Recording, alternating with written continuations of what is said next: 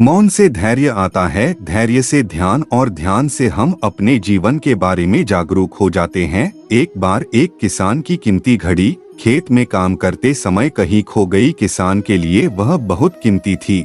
उसने चारों तरफ इधर उधर घास के बीच खोजा, लेकिन नहीं मिली। खोजते खोजते किसान थक गया, फिर भी अपनी घड़ी तलाश करता रहा था। आखिर थककर उसने खेत के बाहर खेल रहे बच्चों से मदद करने के लिए कहा, और जो भी उसकी खोई हुई घड़ी वापस ढूंढ देगा उसे एक बढ़िया इनाम देने का वादा किया।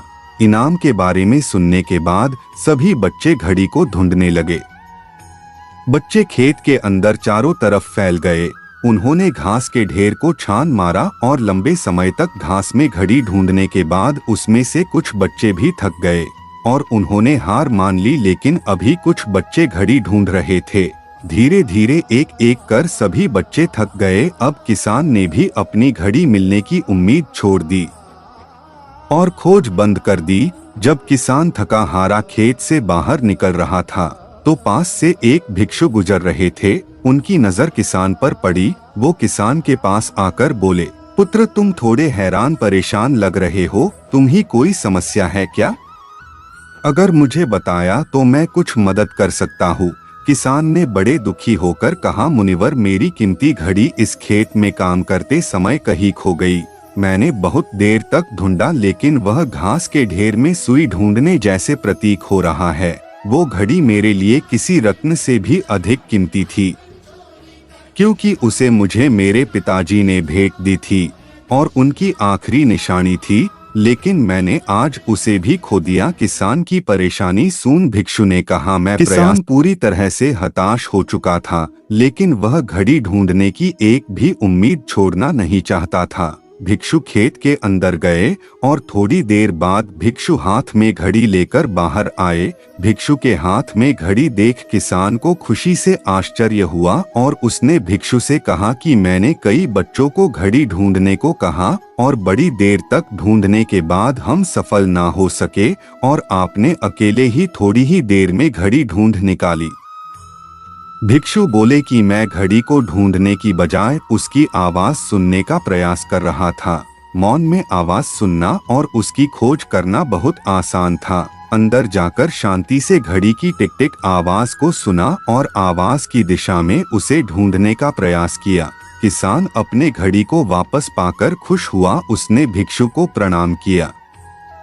भिक्षु अपने रास्ते पर चल दिए। हमें इस कहानी से ये सीखना चाहिए कि बहुत ज्यादा बात करने से हम अपने दिमाग का नियंत्रण हो देते हैं और साथ ही अपना ध्यान भी खो देते हैं। जो लोग बहुत ज्यादा बोलते हैं उनके पास किसी एक काम पर ध्यान केंद्रित करने की काबिलियत नहीं होती। वो अपने किसी भी लक्ष्य पर पूरी तरह से केंद्रित नहीं हो पाते, और अगर हम केंद्रित नहीं हैं तो जीवन की सच्चाई को समझ नहीं पाएंगे और ना ही कभी मनचाही सफलता हासिल कर पाएंगे। जो लोग जरूरत से अधिक बोलते हैं वह अपने विचारों के बारे में पक्के नहीं होते हैं और वह कभी किसी भी काम में फोकस नहीं कर पाते। इसके अलावा भी आपने देखा होगा कि जो लोग अधिक बोलते हैं वो अक्सर लोगों के बीच हंसी का पात्र बन जाते हैं, और जो लोग कम बोलते हैं और अपने बात पर कायम रहते हैं उन्हें लोगों के बीच सम्मान मिलता है। लोग उनकी बातों को सुनते हैं और उन पर भरोसा भी करते हैं। यदि किसी व्यक्ति को ये पता है कि उसे कब कहाँ और क्या बोलना है तो वह व्यक्ति सच में एक बुद्धिमान इंसान है, और ऐसा व्यक्ति जहाँ भी जाता है उसका व्यक्तित्व आकर्षण का केंद्र बन जाता है और वह जो कुछ भी करता है उसमें उन्हें सफलता आवश्यक मिलती है। अगर हम किसी महान और सफल व्यक्ति के व्यक्तित्व को गहराई से देखें तो पाएंगे कि वो कम बोलते हैं और कम से कम शब्द में अपने बात खत्म कर देते हैं। वो बोलने से पहले उन चीजों के बारे में गहराई से सोचते हैं जिसके बारे में उसे बोलना है। इसीलिए अगर हम ज्यादा बात करते हैं तो हम मौन को देते हैं, जो मन की शांति का पहला स्तंभ है। दोस्तों, आज से हम भी मौन का अभ्यास करते हैं आज से हम भी वही बोलेंगे जो जरूरी है, और हम कोशिश करेंगे कि कम से कम शब्द में अपनी बात खत्म करें, और हो सके तो कोशिश करेंगे कि रोज कम से कम आधा घंटा एकांत में चुपचाप बैठे। और मुझे पूरा विश्वास है कि से हम सबके अंदर एक सकारात्मक बदलाव जरूर आएगा।